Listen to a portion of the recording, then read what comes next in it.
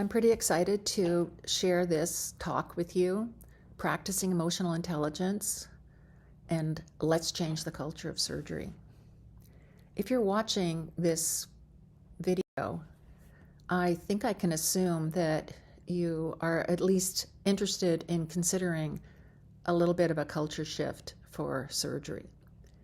And I'm excited to show you this slide of the Rogers parabola, which was accepted by Malcolm Gladwell into his book, The Tipping Point, to show you where we're at. So if we have an idea that, maybe we need a culture change in surgery, then all we need is 15 to 20% of the surgical population to buy into that. We reach the tipping point and it's unstoppable. So if I'm talking to you and you're listening to me about this concept, then I would say you guys are the early adopters. And given the fact that we've got greater than 30 to 40% of surgeons, I'm on the low side of that. But given that we have that percentage of burnout, I think we're pretty ready for a cultural shift. So a couple of definitions then. The culture of an institution is based on history, traditions, and reflects values and norms. We're 5 generations away from Halsted and the beginning of the organization of surgery as a specialty. Climate is how we experience this culture. And here is an inspiration from 1789. I'm going to read this. On the southeast wall, and I have been there many times, as almost everyone has, I'm not an advocate for frequent changes, but institutions must go hand in hand with the progress of the human mind. As that becomes more developed, more enlightened, as new discoveries are made, new truths discovers, and manners and opinions change. With the change of circumstances, institutions must advance also to keep up with the times. I love this sentence. We might as well require a man to wear still the coat which fitted him when a boy, as civilized society to remain ever under the regimen of their barbarous ancestors. In 2015 to 2019, I wrote a chapter or many pages, which I titled Thoughts for Success from a Woman Academic Surgeon, a long, lonely, lovely road. And I wrote this because I was sensing a disturbance in the situation and around that time at the end of 2015. And I wondered, why was I successful and happy when I could feel this tension building around me? So you can see these different subsections here, the general points: exercise, pick the right life partner, multitasking, minimize that, having not only mentors but sponsors, and now I would add champions, how to be a good mentee, the issue of the money versus the time spent on your other important endeavors, gender issues, preferential female sabotage. I coined that term in 2001. Of course, there's a story behind that. Hierarchy, bullying, harassment, discrimination. Then the idea of the workplace environment with Maslow's hierarchy all the way up to the books that are written. I love Dave Logan's books on tribes. And then practice good behavior, self-awareness, understanding subtle bad behavior, and that we'll get into later in this talk on nonverbal cues, nonverbal communications. And then mantras I live by: do the best you can, let the rest be done for you. That was my 2008 gift to me from the universe. Non carborundum illegitimus, don't let the bastards get you down. That was a message from my father when I was 12 or 13 years old. A Yoga Sutra, 4 locks, 4 keys, the 4 different types of people you meet on your path. Happy people, stay with them. Sad people, show compassion, empathy, but they have their own path. Wise people, stay a long time with them. And then the mean people, move away mentally or physically as soon as you can. And then the Buddhist parabola, the 2 arrows. The first arrow is extrinsic, but the second arrow is you taking your own arrows out of your quiver and sticking yourself again and again. And then I put down here stress, mindfulness, and breathing meditation. And then around that time, in the same concept, I built a talk on how to build a team. And as surgeons, we all have a team, and it's based on this sort of cake of the Maslow's triangle, the basic things you need: personal characteristics, performance. That builds the reputation. That allows you to have relationships and build a team. So the personal characteristics, and basically, my husband, disclosure, Alec Patterson, and wise mentor for me for over a half century. His idea on this is don't be a jerk, be a good citizen that deserves trust. And these various personality type measurements that you can do to get some idea of self-awareness. So this is all in the 2015-2019 experience, and this concept of the hard skills, so balancing the soft skills against the hard skills. And for those in academics, surgery, actually doing the cases, seeing the patients, can be likened to your checking account, but your research and scholarships is your savings account. And it doesn't have to be a monumental discovery, just something you want to make better. Understanding that all of our paths look crooked, but over time they look like a nice smooth arc towards something that would be an obvious destination. And not just failure, of course, but also serendipity along the path, and we need to be on the lookout for that. So with that basic soft and hard skills, then we start to build our reputation. And if you're strong in both soft and hard skills, you can have a transformative impact. Transformational leadership is a new type, relatively new type of leadership, described first in 1973 and then really popularized a decade or two later. But this is an inspirational leadership pattern where people are empowered and given credit for what they do. This is an African parable: go fast, go alone; go far, go together. All of us here today listening to this as surgeons or surgeons to be understand that in order to get into medicine and into surgery, you really have to be looking out for yourself and working hard. You need that position in medical school. You want it even if someone else doesn't get it. Same with as you progress all the way into surgery. Akin to Marshall Goldsmith's book, What Got You Here won't get you there. So it definitely got you here, but it won't get you where you need to be as a leadership and to build those reputations and teams. So this was 2019, 2015 to 19, and I worked on this constantly. And it's interesting to me to see now when we're sort of at, a little farther along the timeline, that when I was doing this, trying to figure out how come I'm okay and I see people around me not okay, and I was trying to get a recipe to help people with that, just like the recipes for how to do nerve surgeries. And you can see that right after that, along comes burnout, a real lift in burnout.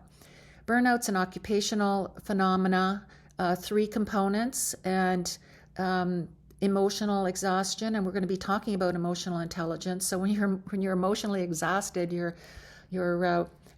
emotional intelligence well is not full. Depersonalization, cynicism, callousness, not caring about your patients, not looking at them as human to human, and then this low personal accomplishment, low self-esteem, low self-worth. So those are the 3 components that we would see described in the burnout definition.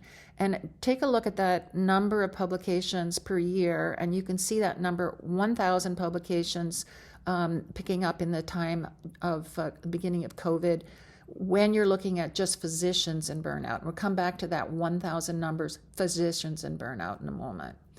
This, by contrast, is not just limited to occupation. This idea of burnout affects every aspect of our lives. However, there's more to that story than just us needing to work smarter and be better and be more resilient. And that's the concept, and a relatively new concept, of moral distress and moral injury. Moral distress was described in Nurses by Andrew Jameson in 1894, and moral injury in the Vietnam Vets Coming Back by Jonathan Shea. The concept of taking this moral injury and moral distress into healthcare professionals is a rather new introduction. So burnout is not our fault. There is a reason for it. Look at the definition from the moral distress occurs when a nurse knows the right thing to do, but institutional constraints make it nearly impossible to pursue the right course of action. And then moral injury, there's been a betrayal of what is morally right by someone who holds legitimate authority in a high-stakes situation. So burnout's not our fault. And then recalling that number, 1,000 publications. So if we look at moral injury in all of healthcare workers, and that includes more than just surgeons and more than just physicians, the max number there is about 100. So if we have 1,000 publications in a single year on burnout in physicians, and we have 100 in all of healthcare on moral injury, this concept is relatively a new perspective. And no wonder we feel like that. We took this oath. If I fulfill this oath and do not violate it, may it be granted to me to enjoy life and art, being honored with fame among all men for all time to come. However, if I transgress it and swear falsely, may the opposite of all this be my lot. I swear to care for anyone who suffers, prince or slave. If I ever break this oath, let my gods take away my knowledge of this art and my own health. May I be destroyed if I betray these words. No wonder. Moral injury occurs when we perpetrate, bear witness to, or fail to prevent an event that transgresses our deeply held moral beliefs. There's a lot of things stacked against us delivering the best patient care that we can. After the Second World War, W. Edwards Deming was sent to Japan to help rebuild. And he says 85% of the reasons for failure are deficiencies in the systems and process rather than the employee. The role of management is to change the process rather than badgering individuals to do better. In the meantime, we practice resilience. This is the definition that I came up with in 2019. Yes, it was before COVID. The ability to anticipate, persist, and thrive under conditions of adversity, uncertainty, change, and stress. And now it gets a little bit personal. It gets personal. There's always a reason why you do something, right? And I'm interested in this for the global picture, but also my own. Around this time, I was experiencing some issues, and my husband, Alec Patterson, who I mentioned before, was then editor of the Annals of Surgery. He's now editor of the Cardiovascular Thoracic Surgical Annals. But at that time it was Annals of Surgery. And he asked Mike Mattis, who's a dear friend of ours, who is a surgeon and actually has a terrific blog. He's a surgical coach for high resilience. He asked Mike to write an article on resilience, and he asked him to do that, I'm pretty sure, for his wife who needed some help. We know of the two components on the far left, sleep, physical exercise, diet. As physicians, we know that, and we probably know we need help in that. But these other four components that Mike broke down in his article, meditation, gratitude, self-compassion, and connection. Whoa, that's not something that fits normally into the package of the day-to-day activities of surgeons. But they are key in building resilience. And resilience is something we can build. So consider some vocabulary. We all use the word sympathy, compassion, and empathy, but what do they really mean? Sympathy is a feeling of concern for someone. Compassion is the same, but also, the second part, willing to help them. Empathy is feeling with someone. So I'm going to play this short little video. I've seen it many times. Many of you have as well. And if you haven't, it's definitely worth all of us just pausing, to listen to Brené Brown talk about empathy versus sympathy and look for these words: empathy, perspective taking, staying out of judgment, recognizing emotion in others, the emotional intelligence, vulnerability and connection. Vulnerability and connection, to be human. We'll see these terms throughout the rest of this talk.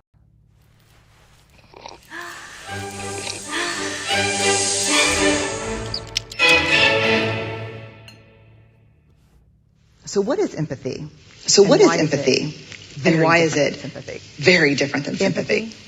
Empathy fuels connection. Sympathy drives disconnection. It's very interesting. Teresa Wiseman is a nursing scholar who studied very diverse professions where empathy is relevant, and came up with 4 qualities of empathy. Perspective taking, the ability to take the perspective of another person or recognize their perspective as their truth. Staying out of judgment, not easy when you enjoy it as much as most of us do. Recognizing emotion in other people. And then communicating that. Empathy is feeling with people. And to me, I always think of empathy as this kind of sacred space. Someone's kind of in a deep hole. And they shout out from the bottom and they say, I'm stuck, it's dark, I'm overwhelmed. And then we look and we say, hey, I know what it's like down here. I know what it's like down here. And you're not alone. Sympathy is, ooh, it's bad, It's bad, No. You want a sandwich? You want a sandwich? Empathy is a choice. And it's a vulnerable choice. Because in order to connect with you, I have to connect with something in myself that knows that feeling. Rarely, if ever, does an empathic response begin with at least. And we do it all the time. Because you know what? Someone just shared something with us that's incredibly painful. And we're trying to silver lining it. I don't think that's a verb.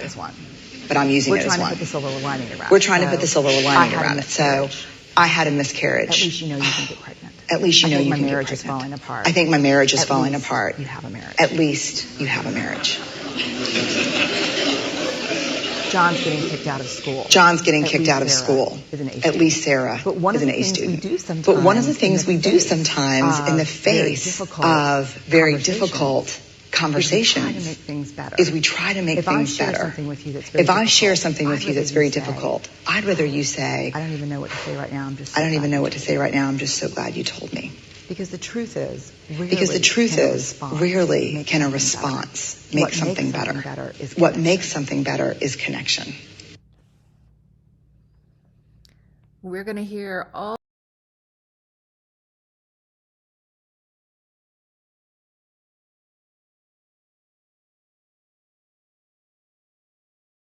of those words over and over again, and at some point in time it's going to click. It's the same message, just delivered by different people in different ways.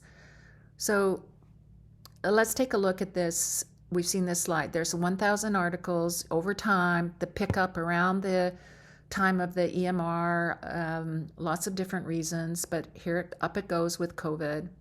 And then we'd have to shrink that 1,000 articles written in that year with physicians and burnout to look at physicians and mindfulness. So you can see that it could be that mindfulness is potentially an intervention for physicians experiencing burnout. We've looked at those articles, and most of them, not surprising, on mindfulness are with nursing, first described in that context of moral distress. And you can see that not too much going on with surgeons and very little going on with our next generation of surgical residents. So meditation and mindfulness, gratitude, connection, all of those things that Mike Mattis talked about, those 4 things we need to practice, and what Brené Brown was discussing, how does this fit into our lives as surgeons? And what is this anyway? Meditation, mindfulness, awareness. How does that fit together? Well, meditation is just a practice to get us to be mindful. So we're not multitasking in the past and in the future, but we're actually in the present. Yesterday's past, tomorrow's a mystery. The gift is this moment. So meditation is just a practice to let us understand what it would mean to be in the moment. It creates awareness of the present moment.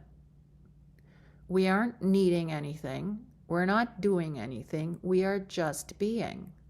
And if we have moments of being and more and more moments of actually being just in the present moment, no multitasking, just in the present moment, we're building our well-being. How deep is your well of well-being? It allows a conscious choice, not this stimulus response, which is rapid, default. Interesting, this quote from Publius Syrus from 1000 BC, wisdom is acquired by meditation. Okay, sounds good. I don't have time to do that. Well, here, there's lots of papers on 13 minutes of meditation, 22 minutes of meditation, 60 minutes of meditation. It doesn't really matter. It's just understanding that anytime you can take a breath, put your finger on the pause button, as Tara Brach would say, the sacred pause,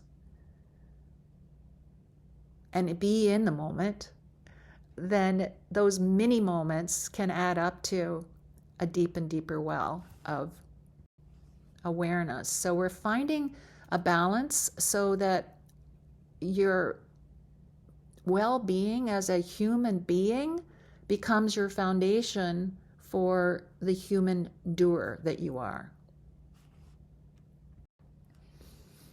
All of these meditation techniques use the breath. And based on, this is an easy pitch to this audience because it's based on things we know. The inhale is the sympathetic system, and the exhale is the parasympathetic system. Mindfulness is just being aware of the power of the exhale. The parasympathetic system, the vagus nerve, coming from the word vagabond, wanderer, rest and relaxation decreases heart rate, respiratory rate, versus sympathetic fight, flight, freeze. Woo, that's rugged, very stressful. So all of these meditation practices to get you to understand that, I need to take a breath here. Ooh, that was heavy. Just give me a minute. Ooh, really heavy. Can we table this talk for later? All of them are based on the breath. James Nestor's book on breath is a terrific book, and it has at the back of it some discussion, takes you through some breathing exercises. But the inhale and the exhale, the inhale sympathetic, the exhale parasympathetic, the box breathing where you inhale for 4 and then you drive the parasympathetic for 75% of that cycle. CIA has taught this. People doing that would be taking lie detector tests will inhale when the question's being answered. Whoa, okay, now I'm going to do the exhale and answer the question on the slow exhale with knowing the parasympathetics are changing up the neurotransmitters. Special ops use 4, 7, and 8 so that when they arrive at looking for the orange door and there's no orange door, they know how to calm themselves down so they can make the best choice. So all of these drive the parasympathetics through that polyvagal theory. In general, there are 3 types of meditation practices. The breathing meditation, the body scanning meditation is delightful because it allows you to drop out of your crazy head and get into the breath of the body. So even just putting your hand on your chest and your hand on your belly, and then just slowly breathing. Observing thoughts, and then loving kindness. So I'm going to do 3 minutes here, and you can fast forward, of course, to the next slide. But I'm just going to take us all through, let's take 3 minutes. So we sit tall, we sit dignified. Jon Kabat-Zinn says, sit dignified. What he's asking you to do is tuck your chin back so your head is over your spinal cord. Cinch those lower ribs slightly together. Tone your low belly. Feet flat on the floor. Shoulders up, down, and back. completely aligned, your spinal cord, cerebral, spinal fluid flowing nicely, hands on your lap. And then just take a deep breath in and a deep breath out. And for a few breaths, just slowly breathe in. 1, 2, 3, 4, 5, top of the head.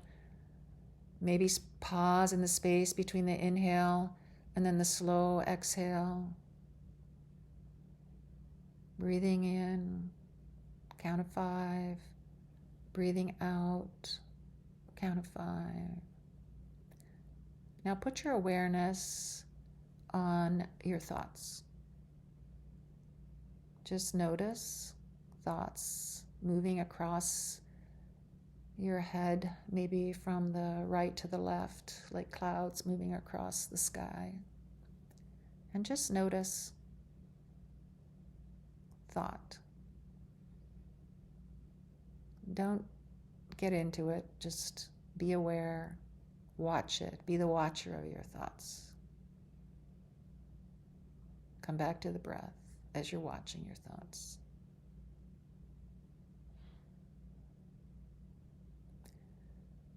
Now move your awareness onto what you're hearing. So you, at choice, conscious choice, can move your awareness from your thoughts to what you're hearing. Maybe close your mouth and breathe in through your nose so you can hear something at the back of your throat.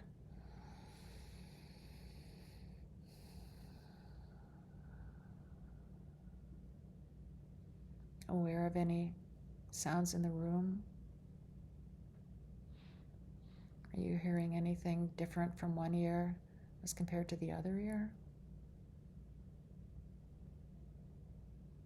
Any noises outside the room?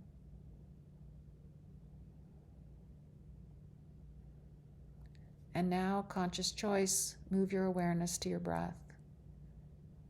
And inhale from the bottom of your spine, imagining, of course you're not inhaling up your spinal cord, but imagining the breath is coming up from the bottom of your spine all the way up to the top of your head and beyond. And then like an elevator on the exhale, coming all the way down, spinal cord, bottom of your pelvis. And on the inhale, breathe in. And on the exhale, breathe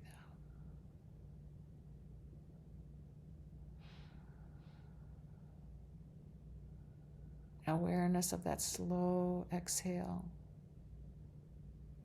Slow inhale. The slow exhale, driving your parasympathetics, calming down. Ooh, feels good.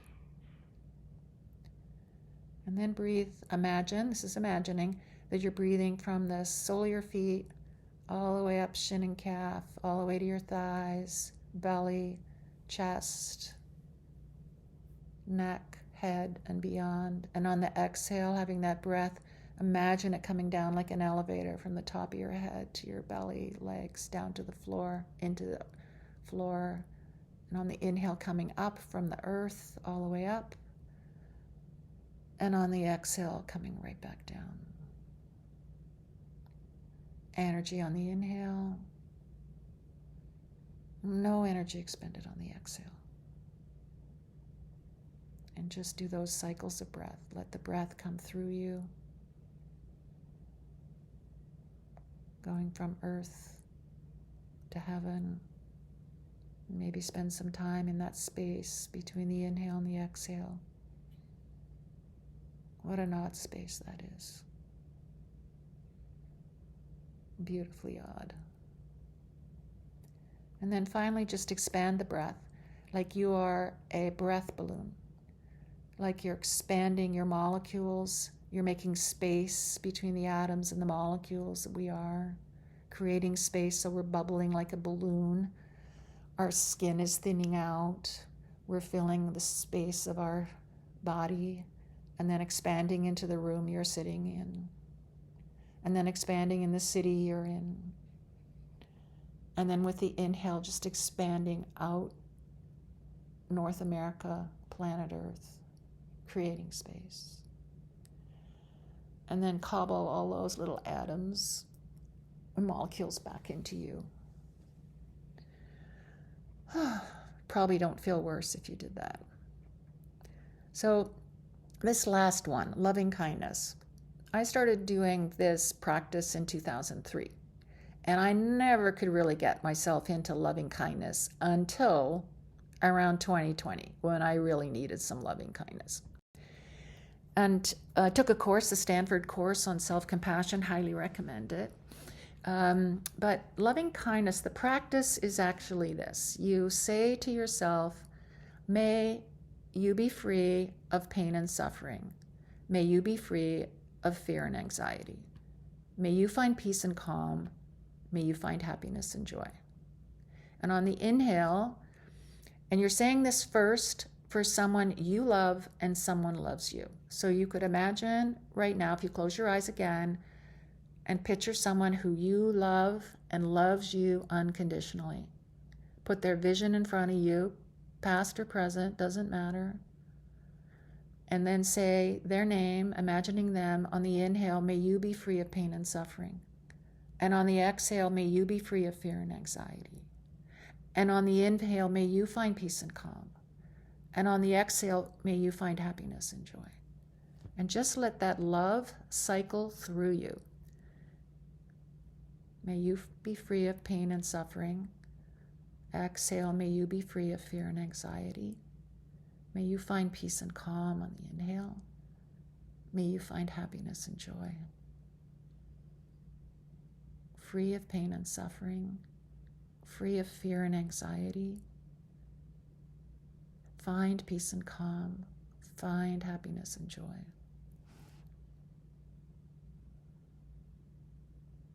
Feels good. Try this. Do it for yourself. Whoa. Susan, may you be free of pain and suffering. Susan, may you be free of fear and anxiety. May you find peace and calm. May you find happiness and joy. The first time I did that, I thought, this is a waste of time. This is nuts. Very, very awkward. And now I actually do it. I do it pretty much every night before I go to sleep. It feels good. Okay, and then neutral people. So you can practice this. And mindfulness and building emotional intelligence, building communication skills, active listening, which we're going to talk about in the second part of this, is something you have to practice. And you have to make an intention to do that. You have to be motivated, self-motivated to do it. No one can make you do it. But you can practice with neutral people. And this is easy for us as we walk through the hospital, just looking at people. Whoa. I'll see someone who I see is suffering, and even as we're passing in the hallway, I'll be starting this mantra for them. And then finally, the disagreeable people, the people that have hurt you. Hurt people hurt people. And part of emotional intelligence is managing that fourth type of person, having the skills to be able to do that. It takes practice, it takes motivation, it takes good intention, but it's very powerful. We'll talk about it later. I give you this as an opportunity for another quick practice. This is Sally Kempton's suggestions on how to find joy. You have a memory of a situation with a person who brought you great joy. And when you're feeling not so joyful, you just pull that card out and you remember that. And then after you start remembering that situation with that person, you just drop all of that background and you just concentrate on what that joy felt like. And you stay with that feeling as you bring that joy in, compassion for yourself in, love for yourself in, love for this other person. On the inhale and the exhale, you're doing that whole sphere, you're concentrating on the feeling. You've dropped the storyline and you're feeling it in your body. And then you can do that trick of expanding that feeling with your breath. You're changing your neurotransmitters. It's good for you. Ooh, now it gets personal. Okay. So this now is published in JAMA in 2018. This was as we're starting to worry about burnout. Burnout's building. You saw that chart that I showed you as we're on our way up, little knowing that COVID's just around the corner.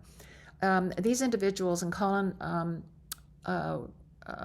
West, his name is on this, and it is a charter on physician well-being. This part jumped out at me, and this is what I'm going to do now.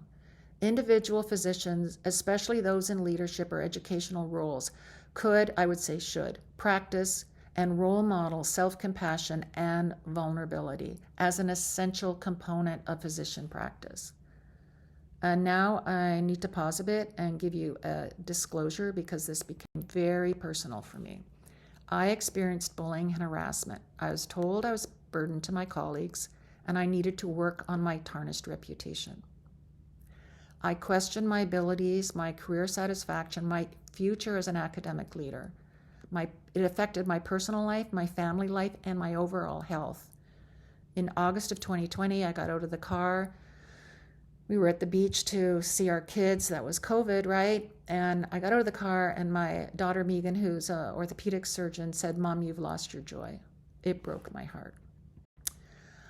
But I realized I was not alone, and I studied my situation and I studied myself, just like I studied nerve injury. My institution got me some coaching. I really enjoyed this. It was every other week for a year. I learned a lot. My coaches helped me deal with a toxic hierarchy and understand that people's values are different. And in a hierarchy, there are values of power, control, and subservience. And this is actually a recipe for burnout. So I then was serendipitously, that's the part you can't control of the wonderfulness of being a human, was given a different opportunity for different coaching with a different objective. Positive energy, the power of love and connection, and high performance. And that's what I'm going to talk about now. I'm going to share this with you. It saved my life, not changed my life, saved my life. So iPEC coaching, the Institute for Professional Excellence in Coaching, through most of the year and a half that I was training in this, I thought it was for positive energy coaching. I loved it. The coach it's not like mentoring where you're an expert giving advice. You're the expert of the process of coaching, but it's the coachee who is the expert. They just need a space to find their own wisdom. And it always connects goals with purpose. Yes, the oath we took, that Hippocratic oath. So in this type of coaching, there's two key slides to talk about, and this is one of them. And this is performance equals potential plus or minus influencers. So you see those 10 potentials on the right-hand side. As you build those 10 points, your performance increases. By contrast, the energy influencers, if they're strong, that enhances performance, and if your tank is low, it depletes performance. This concept and this concept of coaching is built into high performance in athletes. It's built into all of the leadership skills that the higher levels in administration, CEOs in business all know. It's just the surgeons and the surgical residents and the medical students that aren't given this secret message. Awareness, acceptance, conscious choice, trust the process. We're the process, whatever that means. Fearlessness, confidence, authentic. Wow, that's a hammer for women surgeons or anyone with other diversity issues. Present in the moment, connection, and 100% energy. Okay, so the other component from this teaching and this type of leadership, so lots of different leadership styles, but this is energy leadership. Bruce Schneider has written this text on this, and he has this company that I was certified in with the Institute of Professional Excellence in Coaching, and it's built on this concept of stimulus response. A thought drives an emotion, drives an action. He discusses 7 basic thoughts based on winning and losing. So I lose, I'm the victim. I win, you lose. That's all ego. That's the needy human. The doing human is what we spend most of our time as. I win and you win, but I need to win more than you. That's the step in between the low performance, the neediness, and the higher performance. You win, that is compassion for our family, for our friends, for our patients. It also has a brackets. It's also the practice of compassion for ourselves, which we practiced a moment ago. Win-win. If you're teaching win-win, then there is no failure. There's just opportunity. If you're pimping, it's, I know something you don't know. And that's a level 2 type of teaching style. And then level 6 and 7 is no ego. It's just a human being. So 7 levels of energy, and we're going to go in this in more detail, but you can see here it's thought drives emotion, drives action. I'm going to talk about thoughts, and then when we get into the EQ, we're going to talk about emotions. So the thoughts. 90% of our thoughts are repetitive. 75% are negative, and 46.9 from a Harvard study are fear-based. Yikes. So our brains are full of things from the past and negative things and fear-based things, worrying about the future. Most of the thoughts are these, the 8 worldly concerns of the Buddha.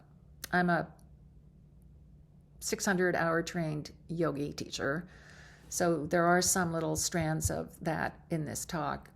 So the concept of I win, I want, I lose, I need, that is all the Bruce Schneider's level 1 and 2 concepts. Pleasure versus pain, gain versus loss, fame versus disgrace, and praise versus blame. So, whoa, if we notice this, like we did in that little mini meditation, then we can, with mindfulness and the breath, make space around the thoughts.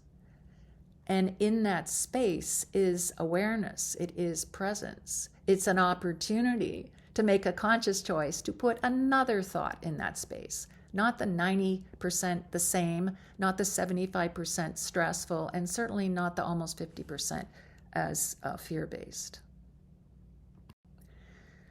So here we go. This is Bruce Schneider's the iPEC construct, where the I win, you lose is very stressed. It got us here, right? It got us into medical school and into surgery and into a job in surgery. But it's very judgy and it's very stressed, and it's the tyranny of metrics. It's that side of metrics. It's attached to outcome. And you can see that little yellow blip there. That's performance. You do not win the Super Bowl down there. You win the Super Bowl up there. And knowing this and an ability to choose when we if you want to be sad, but make it a conscious choice to be sad. But if you want to be high performance, it's not going to be down there. So I made this slide, love it. So we know, everybody knows this. I showed you that slide, adrenaline and cortisol when you're in that limbic system, pushing into the amygdala, fear-based, fight, flight, freeze. Very important when you're under attack, but you don't want to be under attack, and you don't want to put your body under attack for a long period of time. It makes you ill, and I can attest to that. So as you go up these thoughts, you change the neurotransmitter. If you go to the top, Ananda is the Sanskrit word for bliss. And someone named the neurotransmitter for bliss as anandamide. We know oxytocin, we know that is the hormone that kicks in when you have a baby and nursing, and endorphins, serotonin, GABA, dopamine. These are much nicer neurotransmitters and hormones to function in, and it's better for your heart and lung and health. So each of these levels has a thought that drives an emotion, drives an action, and this is something that you study. So if you're a victim, your thought is, I'm powerless, I feel fear, anxiety, depression. Below that is suicidal thoughts, and below that, suicidal attempts. So entitlement, judging, black and white, yes, no, blame, aggression, bullying, I win, you lose. Ooh, if someone says, how are you doing? Okay, that's a 3. That's accepting. It is what it is. It's beginning of forgiving. It's letting go, grace, showing compassion for people that don't necessarily even deserve it. But it's moving out of those stress hormones and neurotransmitters. And then you win compassion for others and ourselves, service to others. This is our job. This is our job at work and our job in our personal life. And then yummy, collaboration, peace. And we're getting into the real fun ones. Peace and calm, serotonin at the win-win level 5. Curiosity, confidence, trust. These are some of those 10 things we need to be. Confident, trust, opportunities everywhere, no failure, just something to learn, M&M rounds, no failure, what can we learn from this? Peace and calm, not bullying. And then level 6, this is where you innovate. This is where you co-create. This is when you're working with your team, with the Logan's team, where you have a group of people together, diverse people, including people that are diverse. Synergy, connection with others. This is happiness and joy. This is a kid's imagination. This is wisdom. We're all smart, but are we wise? And then at that really high level, when there's just no judgment, you're in the flow. You're in that zone. This detached involvement is being able to pick and choose at your choice what level you want to be at. Okay, so I like that idea. I've got an old thought that drives a particular emotion, that drives an action that I don't like. I want a new thought. How do I make that jump? What's the trick with that yellow arrow? That is emotional intelligence.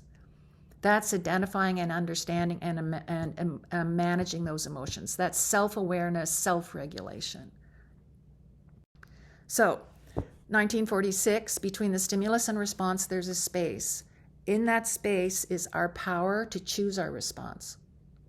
In our response lies our growth and our freedom. Between the stimulus and response, there's a space. We need to create that space with the breath. In that space, that's our power to choose our response. And in our response is our growth and freedom. Viktor Frankl. Thank you. Whoa. Stimulus. Somebody comes into the room. Somebody says something. Some thought comes in your head. An emotion will occur. That thought will drive an emotion in 0.6 seconds. And then based on everything in your life, the people, everything in your life, everyone you've met, Tennyson said that, you are everyone you've met, everything you've experienced, then you'll get a feeling. It could be someone you see across the room and, oh my gosh, I can hardly wait to see this person. Oh, love that guy. Or someone across the room that, just gives you a chill. So when you feel a feeling that's off, when you feel those level 1, 2 feelings of anxiety or fear or anxiety, you start breathing. You slow yourself down. And you can do this because you've practiced those mini inhale and exhales. If you're in a meeting and it's boring, sit up straight, dignified, breathe in and breathe out. If you look at someone in the middle of your forehead, they'll think you're even looking at them, but you're not. You're just looking at that third eye in the middle of the forehead. You're standing in line waiting at the grocery store or at a stop sign or whatever, stoplight, breathe. Practice it so you can have it for when you need it. And then you start to be mindful about where those things come from, and it's usually all the same thing. My trigger is men that bully me. Been like that since I was probably 9 years old, being hammered with ice snowballs in Montreal every time I went to school and every time I came back. At any rate, then you're going to have a response. So you slow it down. And that keeps us in the flow. Mihai Csikszentmihalyi gave us the term flow. That is level 7. And he did that in 1990. And it's when we have the skills to meet the challenges. So if there's issues at work where the anesthesia attendings are yelling at the surgeons and there's a disrupt, we just don't have the skills to meet the challenges. We need these skills, and these are the soft skills. Not just our hard skills that we can cut and sew. Keeps us in the flow. So that we don't go into that fear and anxiety, and we don't go into that depression and sadness. This expands to kids too. This Dan Siegel, this was just 1999, but he talked about the window of tolerance. So the intolerance is the hyper arousal of that level 2, and the hypotolerance is when you would withdraw, and the kids that are really hyper angry or sad and depressed. And it would fit with then having this technique to be able to breathe your way out of it, to expand that window. We'll talk about this in a bit more. So let's just use this quick little cartoon. This is something that Ruby Taylor, and you'll see at the end of this that acknowledging Ruby Taylor, who was a medical student with me, and then this year Noah Llaneras, who's a medical student with me. These two individuals made these super slides. So here we are, happy as can be. We are happy. And then all of a sudden, someone comes in to the room and, we're not happy. And this is the cycle we will stay in that level. 70% of individuals are level 2. And apparently 70% of departments of surgery are as well. But 30% aren't. So let's increase that. That's what this is all about. But here we are, and that is a sad situation. So what do we do about it? There we are. This happens. We practice. So we recognize this, and we shorten that time, and we know how to get out of that cycle. How do we get out of it? So this is a 1 and 2. What's the next one up? It's 3. 3 is take a breath. You'll even find your body will do that. It'll go, oh, whew, that's rugged. Like Brene Brown showed us. So we pause. We put our finger on the sacred pause button, Tara Brach's pause button.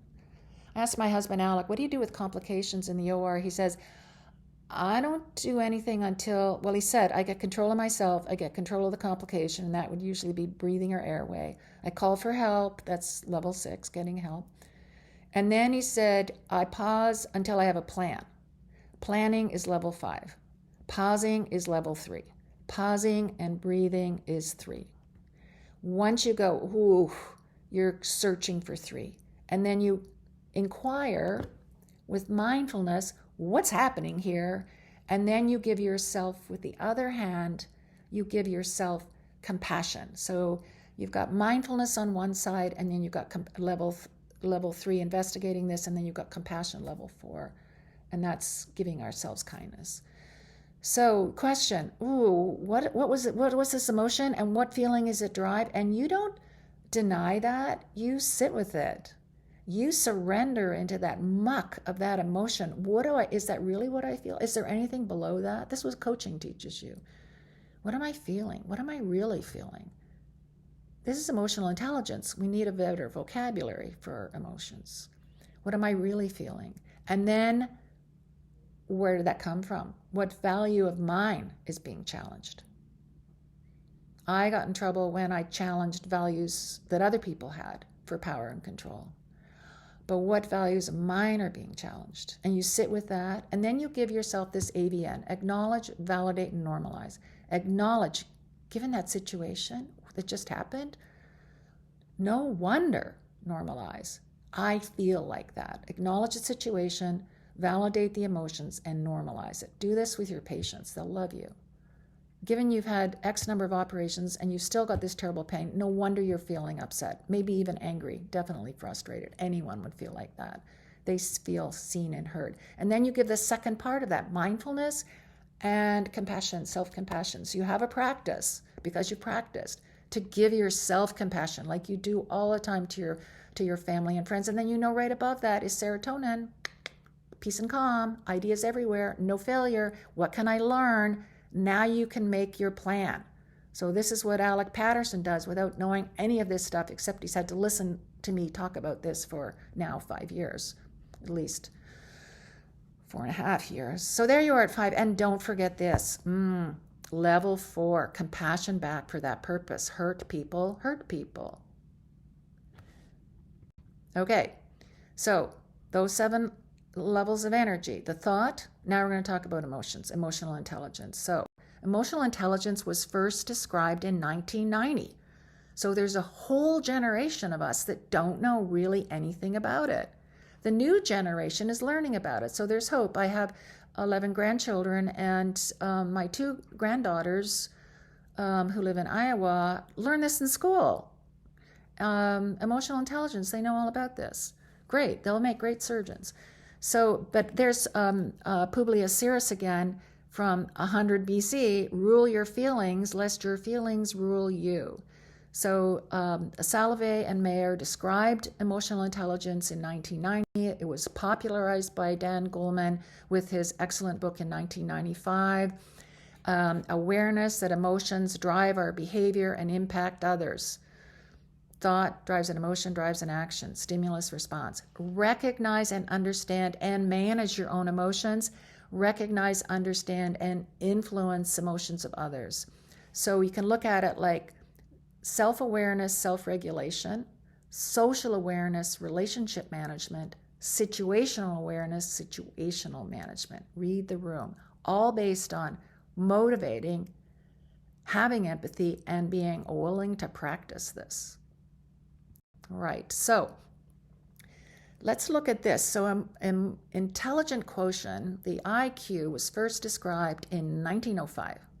And these two books, 1990, the first description of emotional intelligence, and then Dan Goleman's book in 1995. Nothing much really published on IQ until after those two books, or that introduction of EQ was described. And then in contrast, if you want to talk about EQ, you got to talk about IQ. So hence the big bump in the articles 4,600 on intelligence quotient, IQ. EQ, or EI, same thing. EI is what you would say in research, and EQ just in normal parlance. But you can see here that there's been nothing published on EQ in surgeons. What a great, another intervention. What a great opportunity for us to learn about EQ and bring EQ into our days. So here you can see emotional intelligence, and then on the bottom, squibbling along there, is what's been published for us, 47 papers. We need a vocabulary then. If you're going to go to a foreign country, then you need to know the language. The message that, when I showed this slide to my granddaughters, they said, everyone cries and everyone should have emotions. So boys don't cry and women are too emotional. We need to expand our emotional intelligence vocabulary. So take a look at this. So it's interesting that a lot of the negatives fill this, but my 11-year-old Isabel said, isn't it interesting, Granny, how the biggest piece of that pie is happiness? That's what she saw. And I could look through here and you could say happy. I am happy now. I am optimistic and I am inspired and I am hopeful that we can change the culture of surgery by teaching people this. And I am trusting. And if I have any sadness, it's disappointment that it hasn't quite yet happened. But in changing or improving our emotional intelligence, I invited Hilary Elfenbein from PhD from our business school, Harvard trained, to talk to us about building EQ as we're introducing this into our practices and for medical students and us and residents, everyone. So this is a modification of her grid. And that is if you have good intentions or bad intentions, and if you have high or low emotional intelligence. So you can see if you've got good intentions and high emotional intelligence, you are that transformational leader. If you have bad intentions and low EQ, it's carnage. If you have bad intentions and high EQ, you're a master manipulator. And you'll see in a few slides coming that this is taught to CIA operatives, spies, negotiators. It's very much a skill that can be built and can be used. So this would be self-unawareness. I was here for 2 years, stuck here for 2 years. This would be self-awareness. Aha, da-da-da-da, I have a plan. This is self-regulation, and this would be social awareness. In order to go to the next step of managing the situation, managing social issues, we need to know how to communicate. So this is a little blurb on communication, starting with this fabulous tiny book, Silent Messages, by Morabian. And Albert Morabian talked about and gave references where he got this rule from, 7-38-55% rule. This was published in 1971. This would be before texting. This would be before Zooms. This would be around the time people would be writing letters. So he says only 7% of communication is from the spoken word. Now, imagine if you don't even have the tone of the spoken word and you've just got a text. No wonder they gave us this pile of emojis, because that's even less than 7% communication. No wonder we have communication flaws with texts. The nonverbal is 93%. The tone of the voice, and mostly 55% body language. People study this, and we can too. This is a secret sauce. I love this quote here. And this was the original quote. They may forget what you said, but they'll never forget how you made them feel. And that is all coming from this nonverbal cues. So in his textbook, he gives us this important equation, and he also talks about 3 different dimensions and then metaphors for these dimensions. So like, dislike, this is pretty simple. Like, dislike, dominance, subservience is our hierarchy, and then responsiveness, which can be, the metaphors can be the immediacy, the proximity you are to someone else, power structures that we have in our hierarchy, and then those energy levels that we just talked about. So like, dislike, when you think about the vocal, soft voice, someone you love, you've got a quiet voice, your hearts are so close together you could even whisper. But if you're mad at someone, then you have a large, long, loud voice. And then body language, gestures, postures, this immediacy or proximity. You can see these 2 individuals, politicians, close together, hands clasped. You can see Putin with his people at the end of the table. Proximities for like, dislike. Facial expressions. The Duchenne's muscular dystrophy, Duchenne. The Duchenne smile is a spontaneous smile. Your whole face lights up, and then the smile disappears slowly as the muscles stop contracting. The social smile is the on-off. We've seen that quite a lot recently with some politicians, especially politicians' wives. On-off smile. Eye contact or not. So the power dominance, well, we know that we've got a lot of hierarchy. Someone who might intentionally always be late for meetings that they actually planned. Relaxed posture. Whoa. Relaxed posture suggests power. A tight, where you're sitting with your legs crossed, hands on lap, uptight, tight, that is no power. So this idea of making yourself big and stretching out and owning space, limbs in different positions, that's a power move. And then the responsiveness, that would be these energy levels that we have talked about. Before 1971, with Moravian's book, 1957 was Rogers and Farson's book on active listening. This is a very tiny book on active listening. Active listening. This is something we have to learn. So if you're going to take a screenshot of this. Pay attention. No judgment. That's level 7. Listen to understand. Reflect back so that the person you're listening to knows that you've heard them. Clarify. Summarize. It needs self-awareness. It's paying attention and watching for nonverbal body language, eye contact. This is what the spies do. Keeping your mouth shut. We have 2 eyes, 2 ears for nonverbal, and we have 1 mouth for a reason. Listen for the feelings. Listen for the feelings below the story. That's the real thing going on. Acknowledge, validate, and normalize. Open-ended questions. Paraphrase. We can look at that Bruce Schneider's iPEC level, and we can see that mindfulness in communication, or mindfulness listening, is listening to understand, watching those nonverbal, responding with empathy and compassion, no judgment, all the judgments down at the bottom. And you go down to, when we're taking a history, we're listening for information. We're taking a history. When we're listening to respond for an agreement for our opportunity to talk, planning what you're going to say next, I do that all the time. They're talking and think like, how can I tell them my story that's just like that? That's not mindful communication, and it's not active listening. So we can think of, you like steps for doing an operation, how about these steps for active listening? If it's going to be an important meeting, clear your head a little bit. A few breaths. 90 seconds, that's 9 breaths. Count of 5 on the inhale, count of 5 on the exhale, times 9, a minute and a half, will clear any emotion and clear all those thoughts in your head. Pay attention, express interest, nodding, yeah. Silent, just keep your mouth shut. Let them think a bit. Let them process. And it'll be amazing what people will say.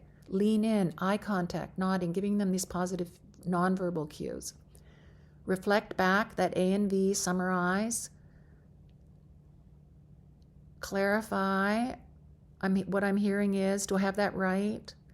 Tell me more. Before you ask a question, make sure you couldn't answer it in yes or no. That stops the communication. Open-ended questions usually begin with where, when, why, how. And we'll hear this in a moment, what do you need? We're good at complaining, but coming up with a solution, could be better at that.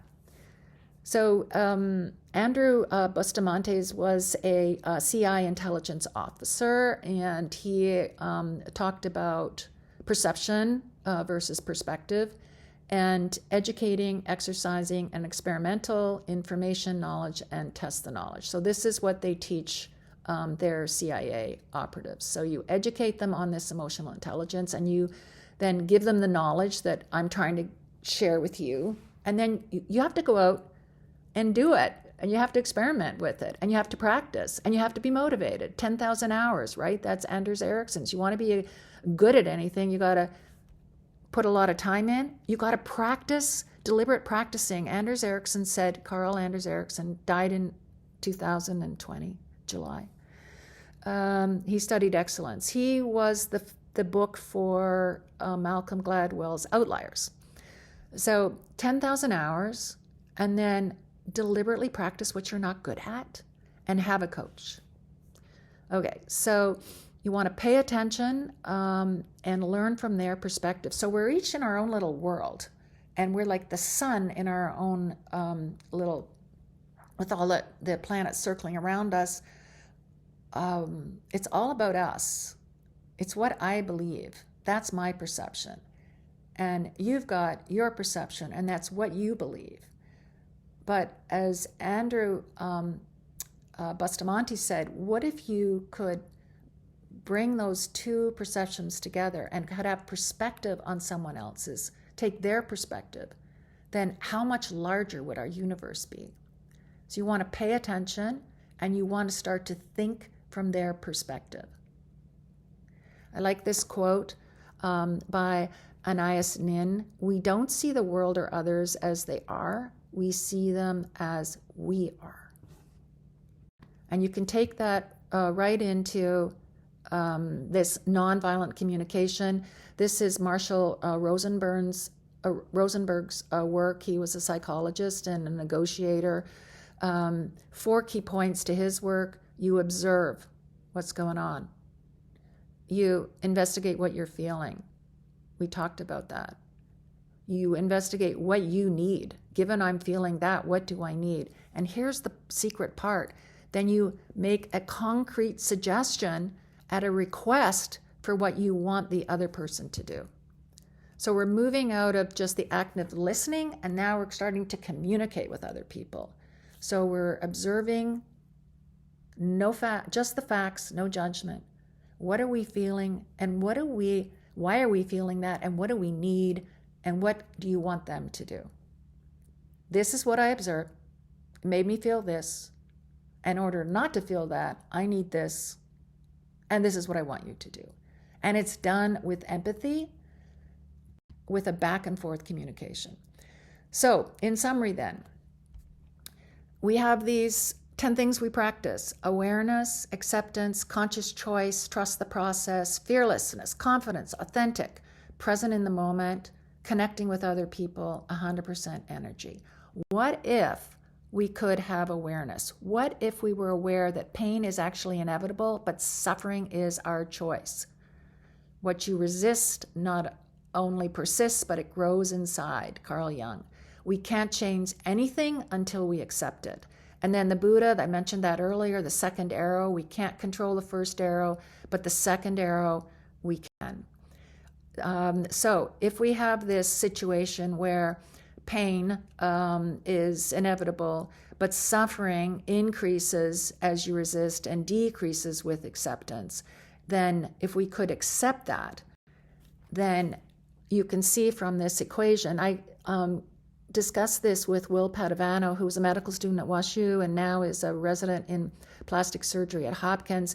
And before that, he'd had a PhD in math. And so on a Sunday recently, I asked Will to tell me what the slope is for this. This is the slope. Our suffering increases when we, or rather, let's say this, our suffering decreases when we begin to accept. And you can see, if you get to 80% acceptance, you don't have to be totally 100% to have the suffering go away, but it just drops at this slope as you increase your ability to accept. It's a practice. So awareness, acceptance fast. If you don't, you'll carry this. If you resist the acceptance, you'll carry that suffering. You could carry that for your whole life. So the window of tolerance, same idea. Expanding that window of tolerance. When we feel that level 1 and 2, this is for kids, but it's also for us. When we feel that level 1 and 2 and we're just really upset, then we expand with the breath. So we're expanding those higher level frequency levels. We're getting those yummy neurotransmitters, not those negative neurotransmitters.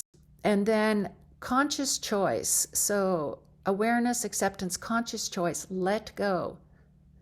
In India, I've been there. There are a lot of monkeys in India, and they're really clever, and they got these cute little hands that can get anywhere. So to catch them, if there's too many, because they can't kill the monkeys, that's against their religion, cut a hole in a coconut, put some sweet rice in the coconut, tie it to a tree, and just wait. And the monkeys will get their little hands in there. They'll grab that sweet mite, and they will not let go because they want that rice or banana or whatever.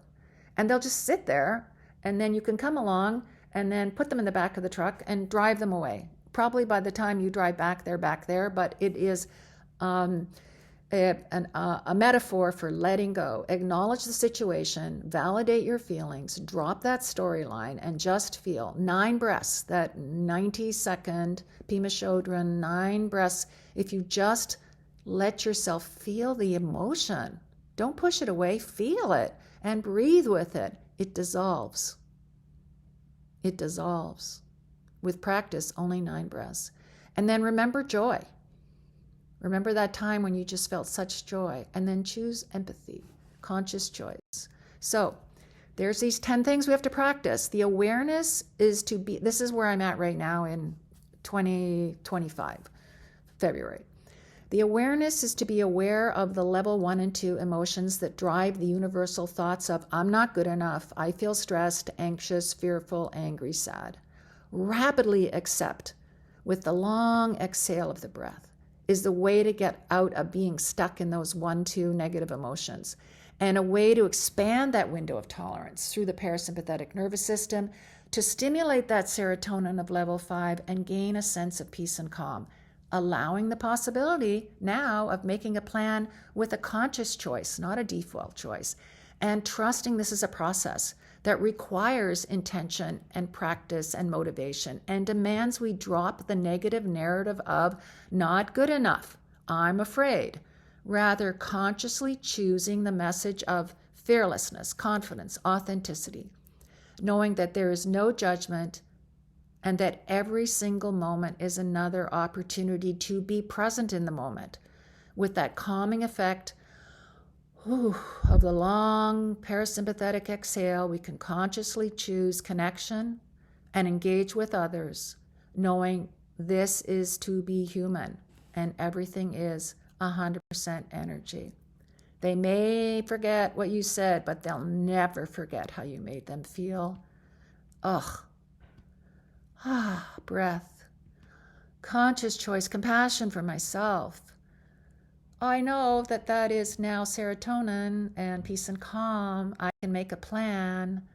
And now that I've got my self-awareness, my self-regulation, I can start to have an idea of social and situational awareness, relationship management, reading the room. Pull them into your peace. Don't let people pull you out into their storm. The content of your character, here's a message from Heraclitus, and that was almost 500 BCE. The content of your character is your choice, day by day, moment by moment. What you choose, what you think, and what you do is who you become. Thank you all. Thank you all for being first adopters. We're getting close. Practice this.